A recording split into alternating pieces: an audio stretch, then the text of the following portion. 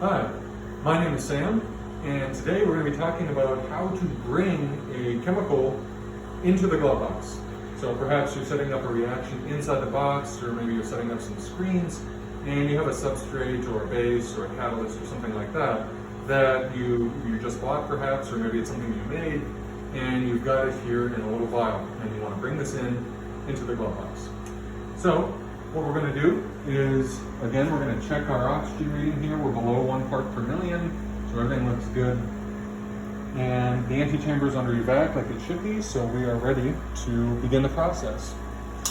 So what we're going to do first is turn this to refill.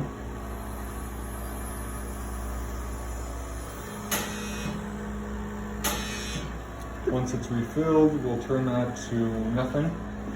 And when I'm bringing in something like this, whether it's a solid or a liquid, I will crack the top on it very gently. Now it will be such that the top is still on there, but air can move back and forth. And so what that means is that as I pull vacuum, it will evacuate my vial as well, because there is a non-negligible amount of oxygen in here. So we're ready, we'll open that up,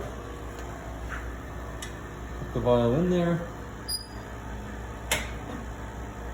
Okay, and because I do have some solids in there and I don't want them to fly around everywhere, I want to kind of go slow here on the vacuum. So I'm just going to turn it pretty slowly, and you want to be slow at the start, and then once you get it going,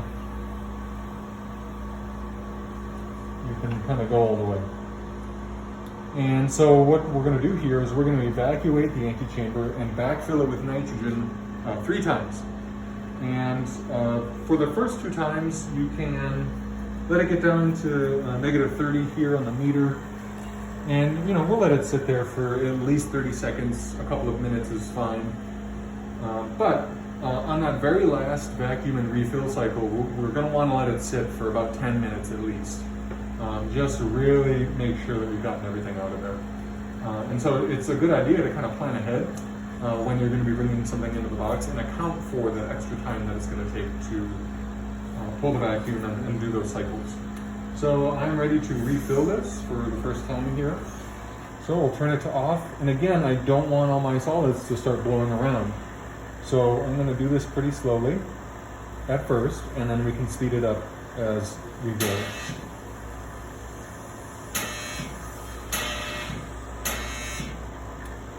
Now, while this is vacuuming down for the second time, I want to talk about liquids. Let's say we're bringing a liquid in through the antechamber. If it's something that is already under nitrogen inside of a flask, say it's a chemical from a vendor, or it's something that you just freeze pump thawed, for example, if it's already under nitrogen, feel free to bring it in without loosening that cap. You can leave everything sealed.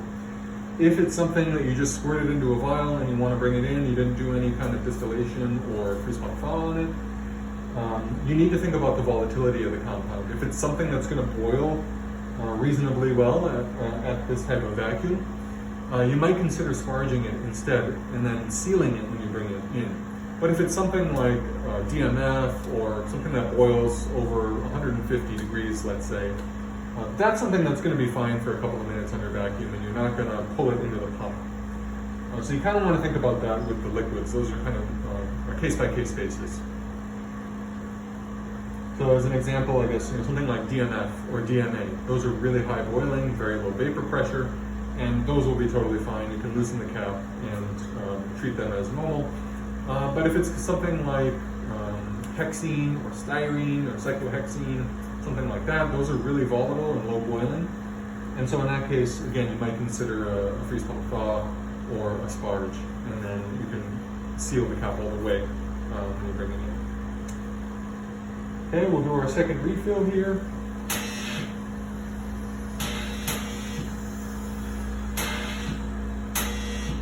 And now we're ready for that last one. And usually what I do is I'll go back into my lab and maybe I'll get my notebook ready or check the masses. And so if I'm going to leave this and I'm not going to be here, we have this handy dandy cardboard sign that I like to put up. And this says full bring contents into box when using. And so that means that if someone else comes along they know that there's something in here, and they know that they should bring it in for you first, instead of opening it on this side and starting their process. So I'm going to go back into the lab and get ready. Okay, so we've pumped it down 3 times. I waited about 15 minutes this time, and I'm ready to go in, bring my chemical. So I'm going to take the sign off, and I'm going to make sure I sign in here. It's about 3:45 p.m. Okay, and I'm going to get a new pair of gloves here, just like before. Throw out the old ones.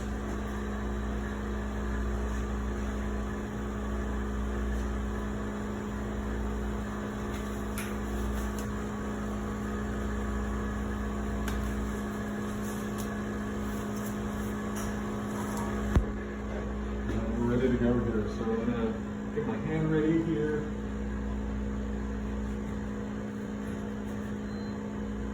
Use the pedal.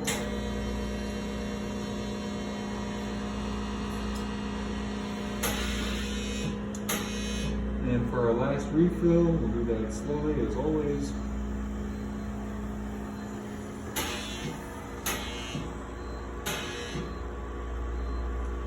Now I'm ready to grab that vial. Now you do want to be a little careful here if the cap is loose on it. If it falls over, in this particular case, it'll be fine, but if it's a liquid or if it's a really full vial, well, it could be an issue. There we are, everything's looking good.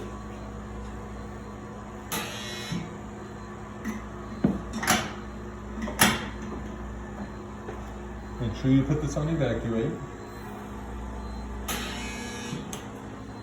And now I'm ready to do what I need to do with this chemical. Good.